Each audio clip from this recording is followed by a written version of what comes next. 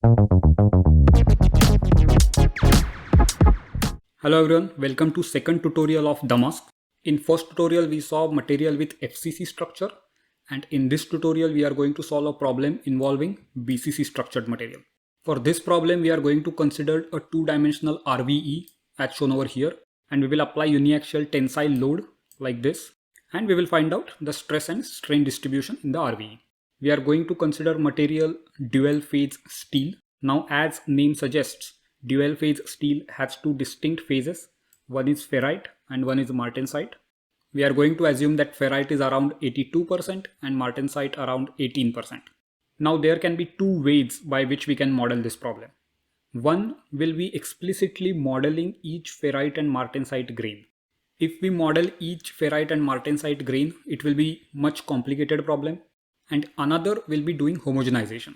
What that means is each grain shown over here will consist of 82% ferrite and 18% martensite. We don't have to model the smaller grains inside explicitly. For our example, total number of grains are 20.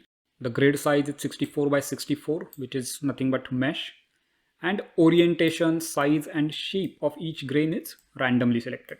In DAMASK, we have to apply load in form of strain rate. So we are going to apply this strain rate, and total time of simulation we are going to keep as 50 with increments 100. This means each time step will be 0.5, and frequency we will set it as 1, which means after every increment we want DAMASK to save the output. Now for every crystal structure there will be some slip systems and some twin systems. If you want to know more about what is slip system and how grain deformation happens, please see my another video which is basics of crystal plasticity. But for BCC structure, usually there are 24 active slip systems and 12 active twin systems. So these are the maximum slip systems and twin systems a BCC structure can have. But it doesn't mean every material will have these many systems as active systems. For example, in our case of dual phase steel, we don't observe any twinning. Therefore, for our case, we are just going to ignore twin systems and we will have only 24 slip systems. Now, this is the phenomenological formulation for BCC structure which we are going to use. This is implemented in DAMASK. I'm not going to talk about this in detail. If you want me to go into details of this, please let me know. I can make a separate video on this. For this example, I took all the material properties from this paper, and these are all the material properties listed over here. And these material properties we have to convert into DAMASK material file, which is shown over here. So this is the screenshot of DAMASK material file which we will use for our example. The important thing to note over here is for dual phase steel we will have two separate materials. One is BCC martensite, one is BCC ferrite. And over here we have to choose crystal lattice structure as BCC. And you can see number of slip systems. We are saying 12, which means all slip systems are active. But for twin system, we are saying 0, which means there is no twin system for this specific material. These three are anisotropic elastic constants taken from here, and all these parameters you can find them over here. Just one more point to note over here is this interaction slip. This is actually a matrix, very big matrix, 24 by 24. But in DAMASK, you can represent that using just 6 parameters. And all those 6 parameters are not given over here. I am just assuming some values. Okay, let's start with DAMASK. So we will need 3 files. If you want more detailed analysis of what is there in these 3 files, please go and check my first tutorial. Link is in the description. Just to give you a brief overview, the first file consists geometry. If you open this one, this contains the information about different grains, their Euler angles, and how the grain structure is. To visualize, you just have to type geom_check and this file. Once you do this, it will create a VTR file, and this VTR file will be compatible with ParaView. Let's just quickly open that file.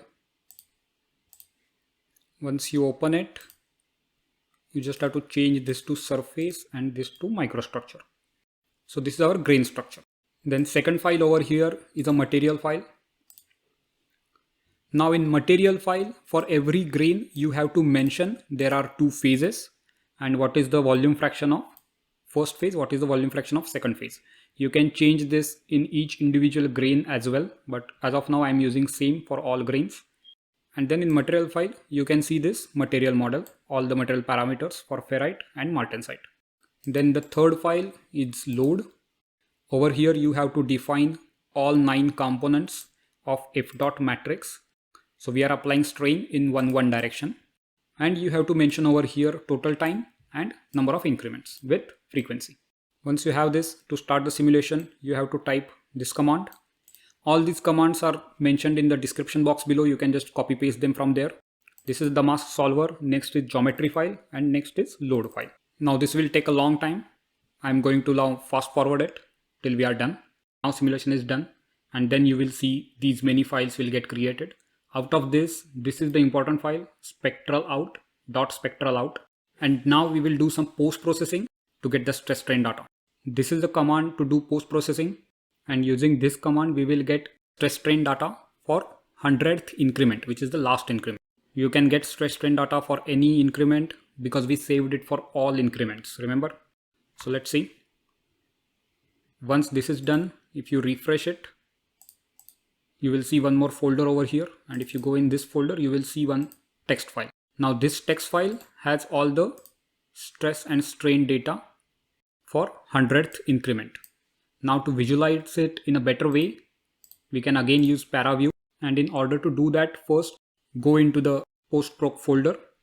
Then first we have to create a grid file using this command, and once we create that grid file, we will add stress and strain data to that grid file, and this is the command to add the data, and we are adding F and P, which is strain and stress.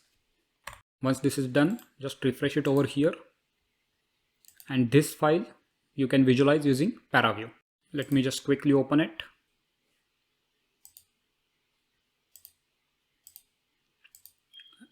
And here you can see 2 options. This is F and this is P. You can do many things in post processing, like you can get stress strain curve or you can get grain orientation. If you want to know all those things, see my first tutorial. That's it for this video, guys. If you have any questions, please comment down in the comment section below. If you like this video, please show your support by subscribing to this channel, which will give me motivation to create more educational videos like these. You can also go to channel's playlist tab, and here you can see all the videos with similar topics combined together. For example, let's say if you're interested in ANSYS tutorials, you can go to this ANSYS tutorial playlist and see all the videos from this playlist. All the codes and files which I use for these videos are also available for you to directly download from this channel's GitHub profile. The link of this profile is given in the description box below. If you have any questions, please let me know in the comment section below. And as always, thank you for watching.